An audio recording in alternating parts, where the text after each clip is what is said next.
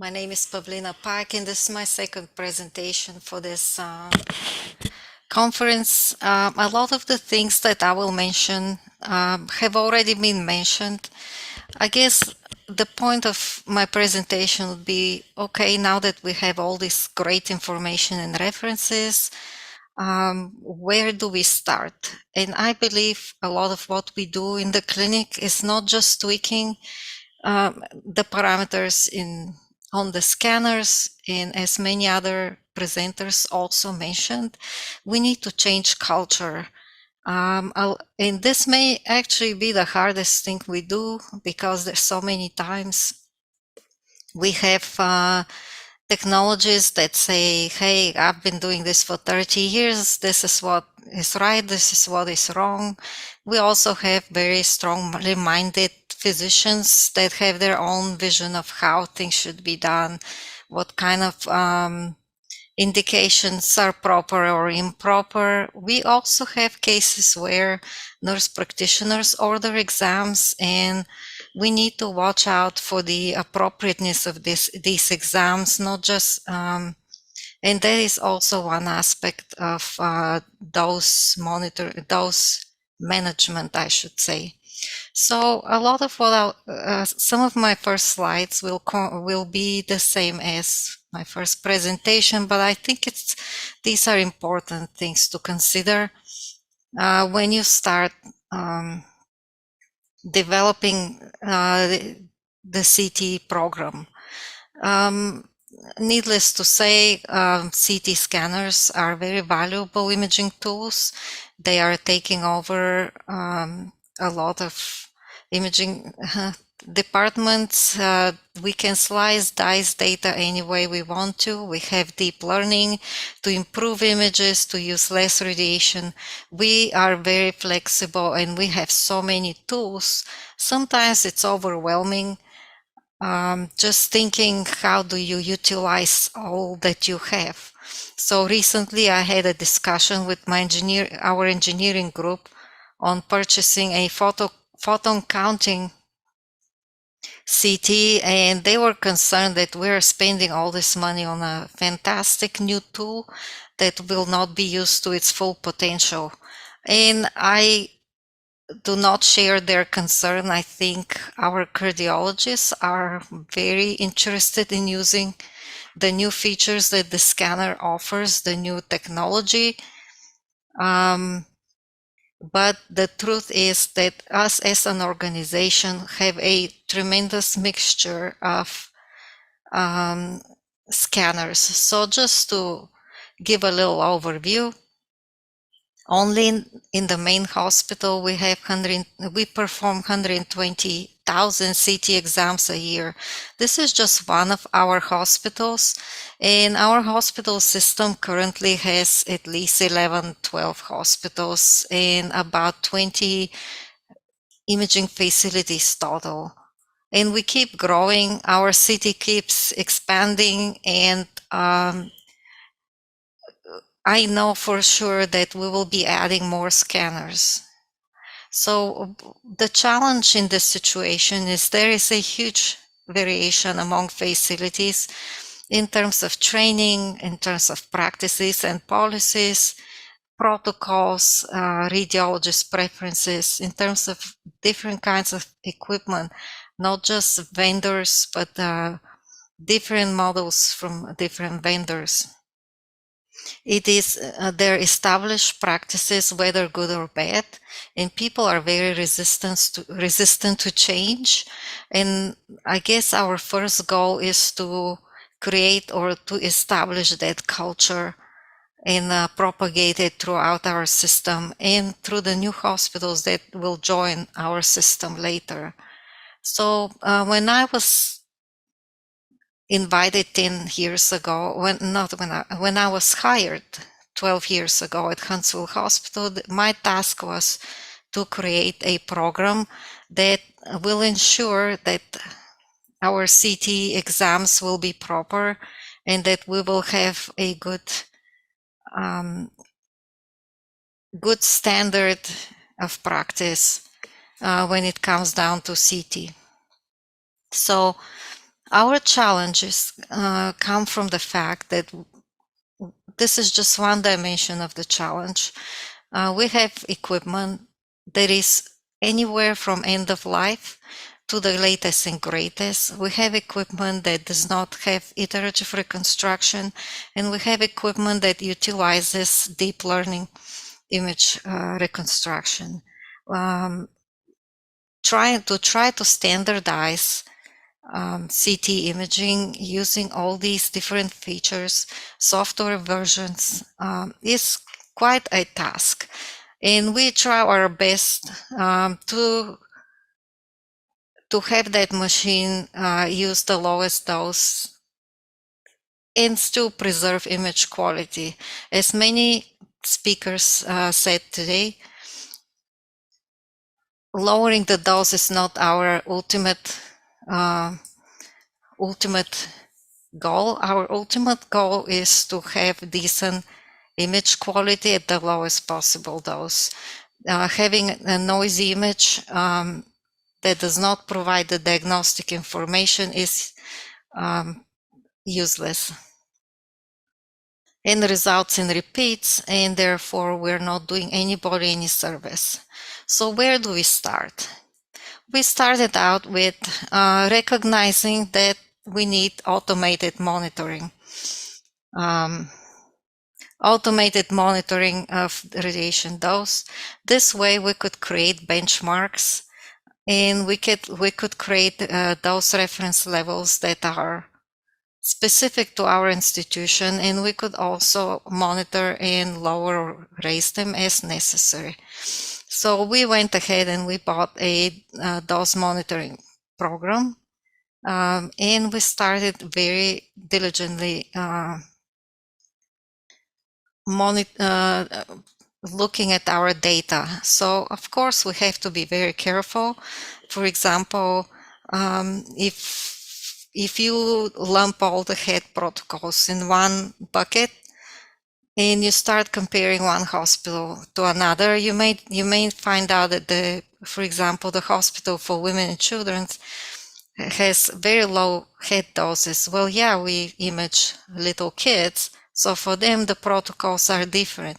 We always need to be mindful of what kind of population we're serving and what their needs are. So just because it's lower doesn't mean everyone else need to go this low. We just need to look why things look the way they do. So we decided to look at national and international dose reference levels because back when we started, we had no idea what's considered good or what is bad. Yes, we had the ACR those CTDI limits for several protocols, but what about the rest? So we actually looked at a lot of European guidelines. We looked at the dose index registry and how we compare. So one thing that was very essential to our program is establishing systematic reporting. On a weekly, daily basis, we do certain activities that involve our dose monitoring software, and I will mention them later. So one thing that is super important is for all of us to have working knowledge of the machine's capabilities and the relationship between CTDI metric and most basic scan parameters. So another step that we took is to educate or create educational requirements for all our CT technologies.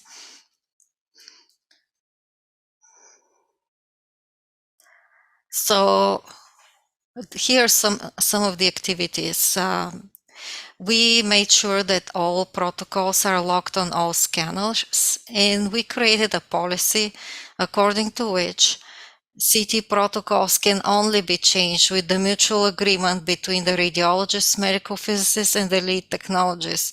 This eliminated a lot of stress, especially when we have a sales rep or company rep in general that walks into the building and says, hey, I'm here to change your protocol on such and such protocol. So this they cannot do any longer, and we need to be notified formally when someone is concerned or has better ideas how things need to be done. We're open-minded and we welcome ideas, but we need to know when changes are made. It took us quite a while to create our own institutional reference CTDI and DLP, but I think we're at a good point right now. So the way we did this is we started out with some numbers we took from European guidelines or from comparisons throughout the dose index registry website, and we started to watch how that goes in the workflow. So, for example, if we have if we have seasoned experienced technologists with that would cross those levels, those notification values, we know that when we investigate, most likely we need to raise them up. Most likely they're unreasonable. And at the same time, if everyone else is able to mostly contain their scanning within those guidelines, and this one or two technologists are having a hard time, this gives us a pointer that maybe they need more training, maybe they need help, maybe they're not understanding something. We have a dedicated quality technologist that monitors outliers and investigates.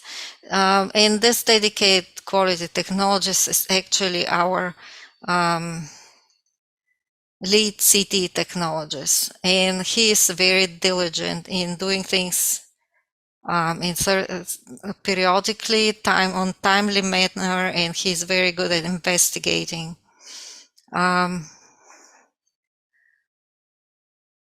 So some policies that other policies that we've created, we have policy on protocol access, as I mentioned before. It's very limited and communication is required if the dose is likely to be affected. Sometimes if a radiologist requests that the protocol is changed, I may go and run the phantom to see how that affects the ACR phantom, to see how that affects the image quality or the dose, and try to investigate a little bit. Protocols can only change with the mutual agreement, as we mentioned before. We also have a policy that outlines the protocol review. On annual basis, it gives us an opportunity for improvement suggestions. So each head of, so our radiologists have different groups, groups for imaging of the abdomen, groups of the neuro guys. So we give the appropriate protocols to the head of that group, and we ask for improvements and suggestions. So pretty much, so this gives them that opportunity. And during our CT task group meetings, then we discuss. So we use Radiometrics as a dose monitoring software, and on a weekly basis we do analysis of the dose outliers and alerts. And if we need to do corrective actions, we do. We go ahead and document everything. So we do daily review of the alerts. On a monthly basis, we do. We look at the dose check override. Okay, what that is. We have mostly GE scanners. So on GE, when you start a protocol and you determine how you're going to scan the patient, a message pops up and says, hey, you've gone over the dose check alert limit. So the dose check limits are not necessarily the same as the dose reference levels. They're a little more stringent. And the technologist needs to say, hey, this is a big patient or this is a trauma case, but they need to explain why are they going over that value that we think, it's reasonable. Then the G scanners give us alert reports, so we can look in. Actually, sorry, I apologize. The alerts reports come from the dose monitoring software, but dose check also gives a log file. And we also do a deviation report. What that is our dose monitoring program. We can create deviation categories. Why? Let's say the patient moved, there was issues with the contrast administration. So when someone has to scan the patient twice or went over dose-wise, we assign a label. And then we analyze how many of these cases we had that month. So the resources that I find helpful are our physics friends. Not every hospital has a physicist on site. I understand that, but there are consultants that are great resources, and I recommend that there are conversations with them. I'm sure they'll be very helpful. I have noticed that recently the application specialists have become, or maybe I'm not sure, it's just my perception. I think they've been very helpful and they've been very perceptive to how we want things set up. Like a previous presenter mentioned, once they put the protocols in, we try to give them an idea. For example, for a head exam, this is the kind of CTDI we're looking for, and this is what all the other scanners are able to do. Most likely your scanner will be able to fit within those limits. So they work with us, and they've been great. Also, the APM website has the CT protocols. I'm certain it's a publicly available portion of the website. These CT protocols, I must say, they're kind of old. And there is an APM group tasked to update these, so it's coming, but they're still a good starting point. So what you will find there is vendor specific, also dose check educational slides, vendor dose educational slides. There is a lot of information that's available.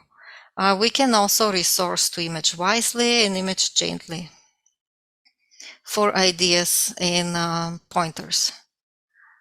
So one of the resources on APM that I personally value a lot is the lexicon.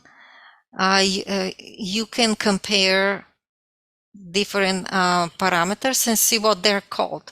For example, one of my favorite is the CT localizer radiograph. It's the generic description. Canon calls it scanogram, GE calls it a scout, Hitachi calls it a scanogram, and so on. And it's a pretty long list of descriptors, and there are different names for different vendors. If you would like to see example protocols, you can go to this link here. So, okay. So now we got the basics, we got dose monitoring program, we got policies in place. So what's next? What's next is to create we created the CT protocol committee. And this committee consists of a radiologist, radiology technologists from different hospitals that are part of our system. Me as a physicist, I'm trying to think if I'm missing somebody, but basically we have representation from different,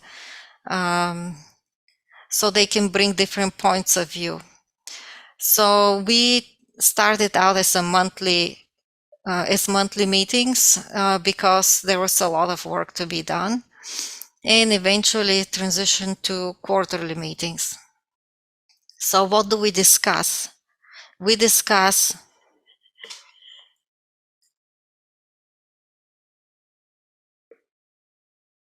apologize.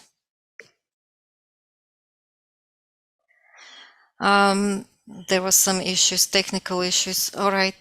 What we discuss is naming conventions. As previous presenters noticed, is that we have so many protocols, so many times to name, so many different ways to name the exact same protocol.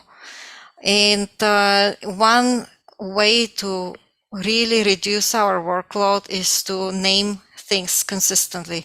I don't think we've quite accomplished that yet. It's still work in progress, but it's something we need to keep at it. We also discuss permissions, who is allowed to do what on the scanner, acquisition parameters, what kind of reconstructions are appropriate. And one good thing about this group, we have representation from different hospitals. And a lot of times we get into discussions of what is good or bad, depending on what radiology group serves that hospital. So I find it very educational, and I find it very interesting. I think keeping those conversations is very important for all of us. So sometimes we discuss advanced dose reduction techniques. A lot of our hospitals have upgraded to brand new top of the line scanners, and they're learning how to use all the tools that are at their disposal. We also discuss and share tips about the radiation dose management tools. How do you use the dose monitoring program? How do you talk to your new employees of why we're doing all these things? So we created a policies and procedures manual that also outlines training and competency, quality control. Of course, the quality control is a little more generic because that has to match what the manufacturer recommends. Training and competency covers anything from the injector to different features of that particular scanner. It covers about 60 CT protocols they have to be able to do on their own. Okay, 60 is for the main hospital.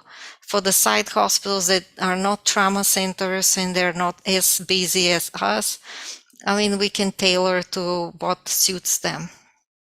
But the manual outlines what kind of competencies we have to have.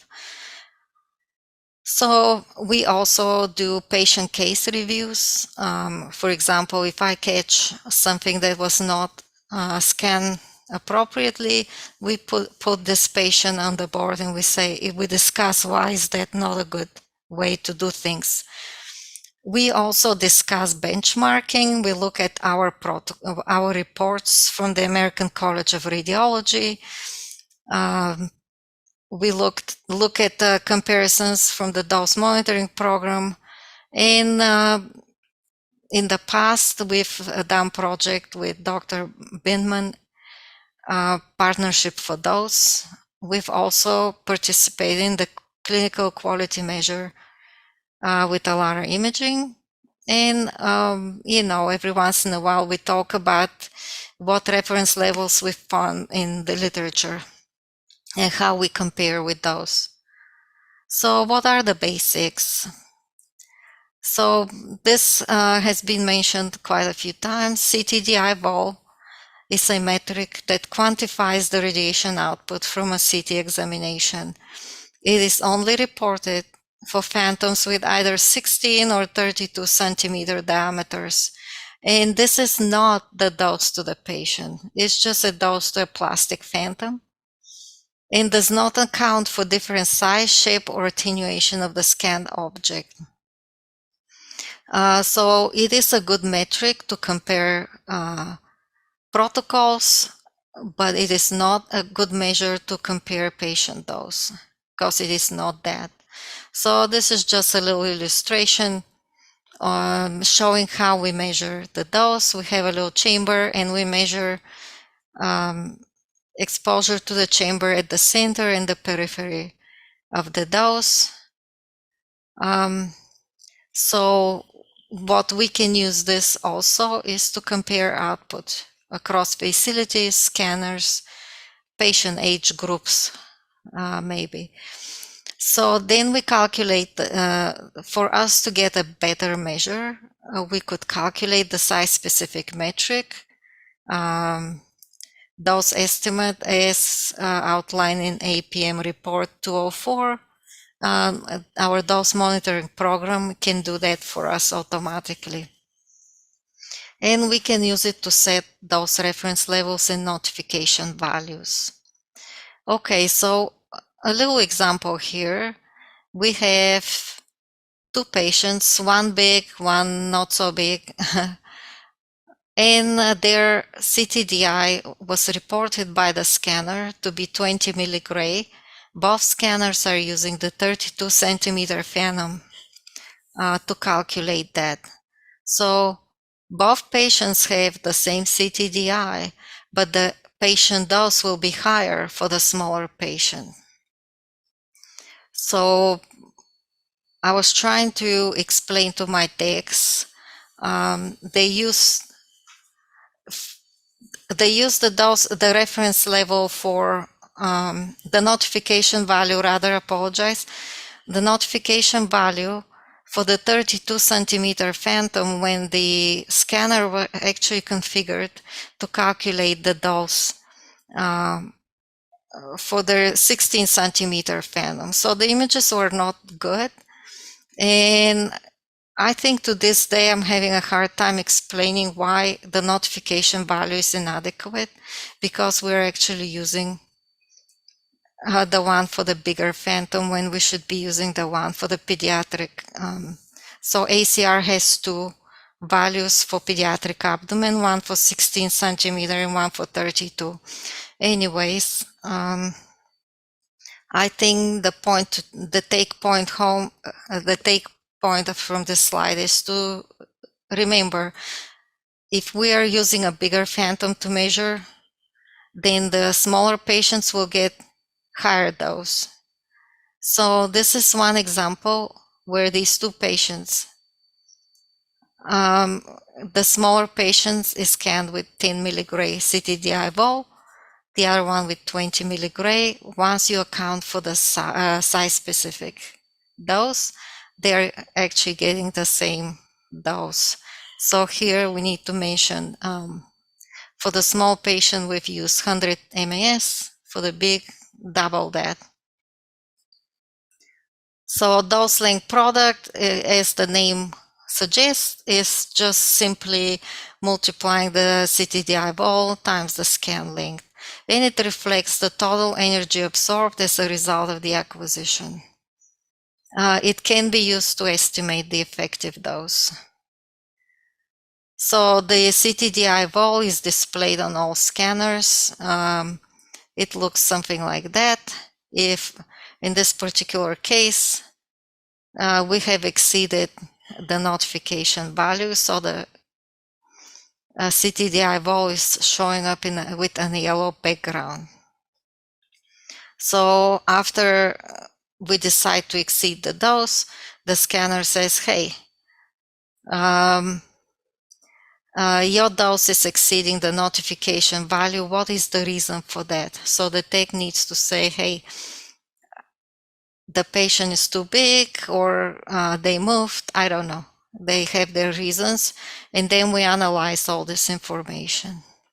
So back when I started out, and this seems like back when I started out, I thought I would start out with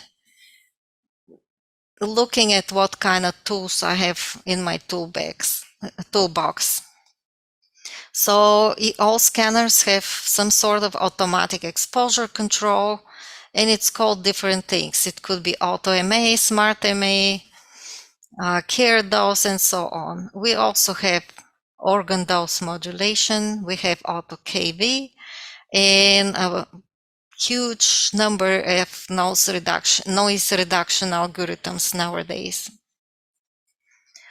So what are the very basics? Lower MAS provides low statistic because there not so many photons, so therefore we have more noisy images. Thin slices, consider them being like buckets filled with photons. The smaller the bucket, the less number of photons. So the noise is higher. And we also have edge enhancement filters that may allow more noise in the images. So in general, contrast is better with thick slices, higher MA.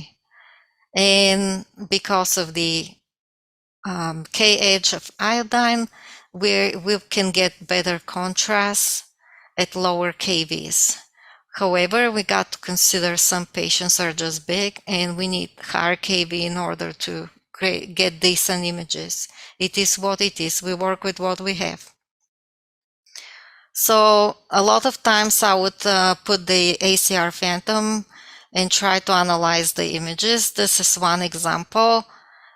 We had, and this was a long time ago, we had a head protocol, 120 kV, 309 MA. The noise index was set at 2.8.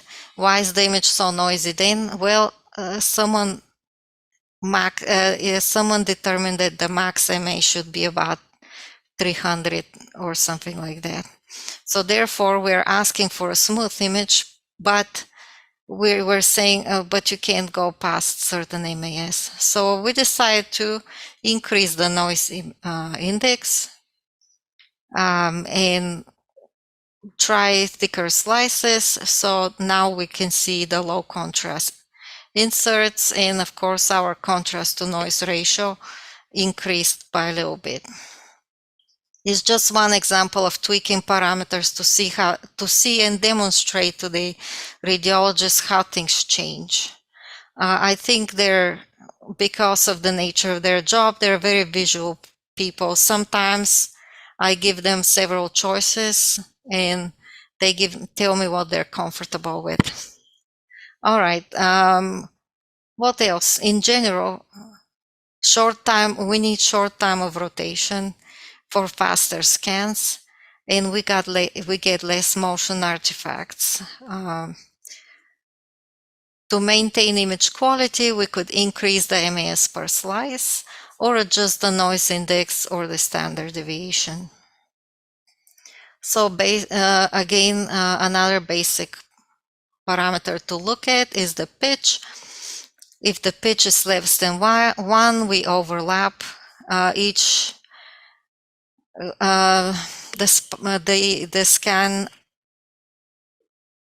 overlaps from each rotation. Pitch equal to 1 means the width at each view angle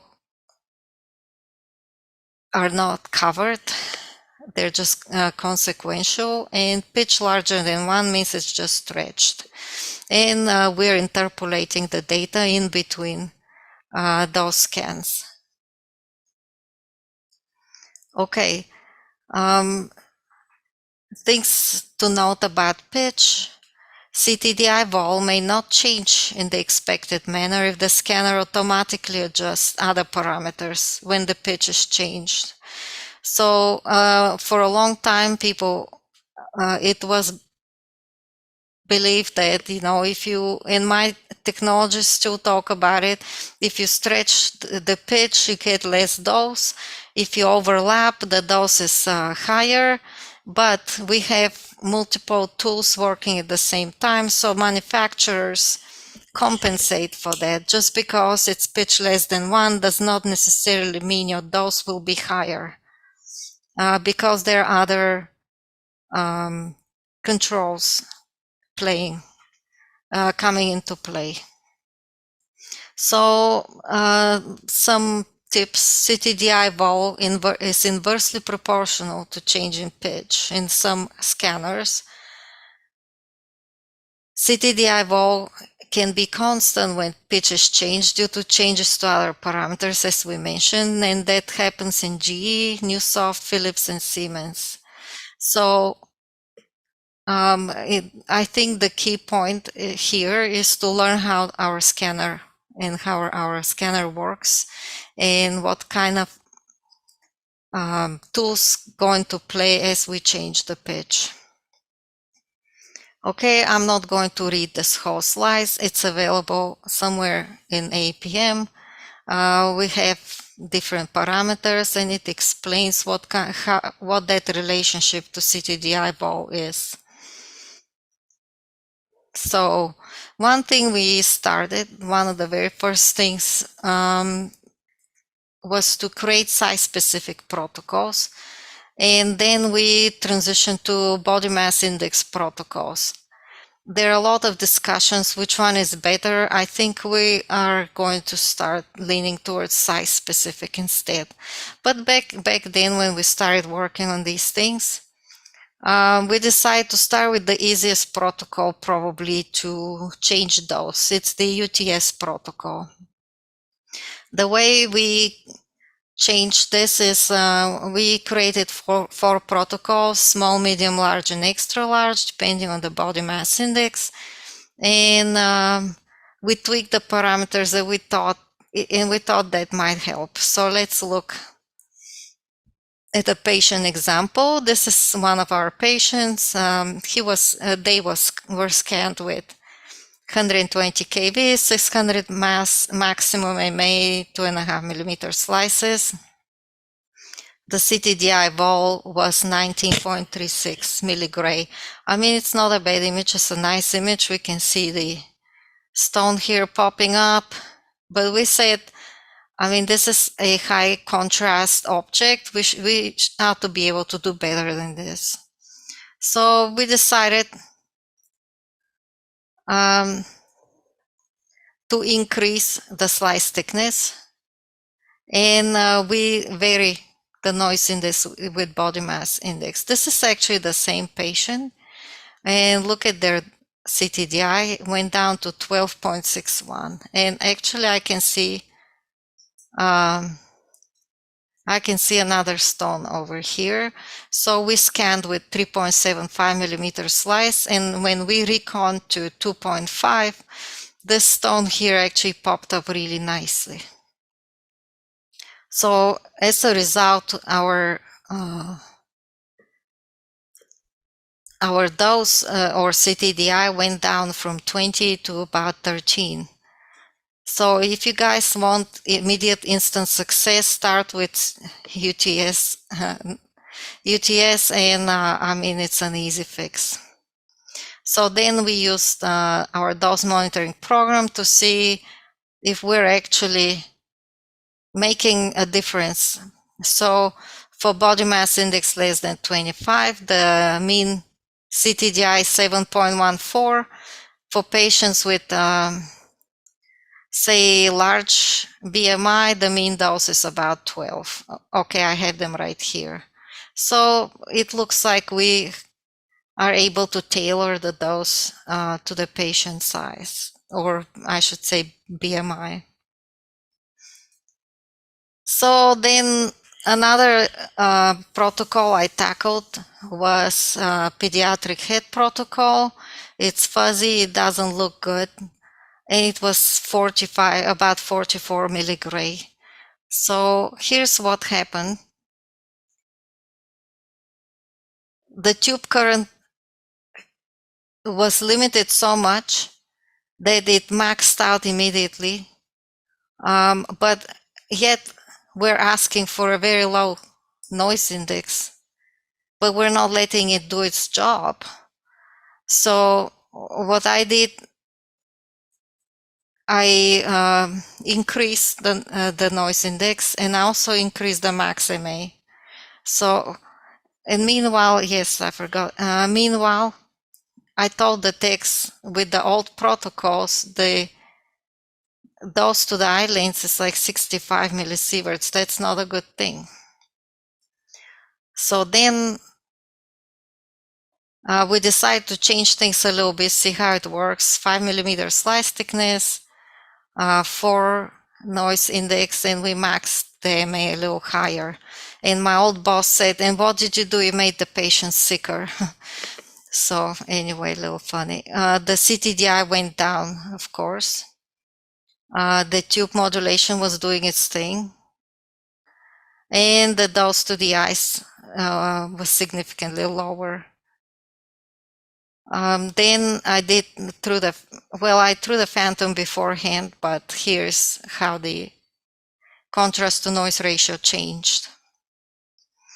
So it turns out that our scanner could not tilt if we asked for 5 millimeter slice thickness, and our radiologist wanted thinner slices anyway, so we decided to stick with 3.75 millimeter slices. And I mean, I don't know what the resolution on your monitors is, but it's readable.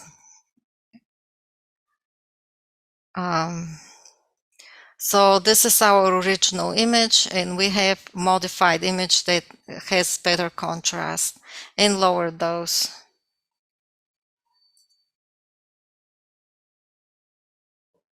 And we have changed things a little further with the new scanners that came in. We're employing iterative reconstruction, things like that.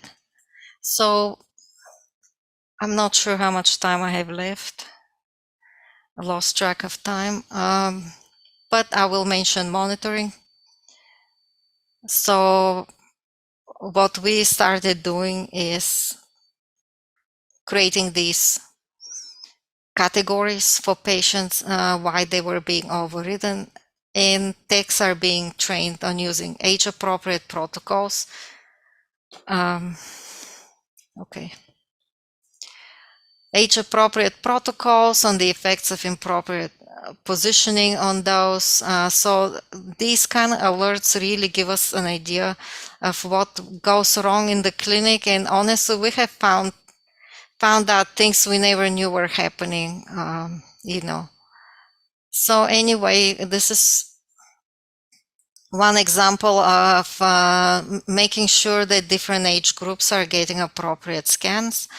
So this is our head CTDI versus age. Little kids are getting lower doses versus older kids.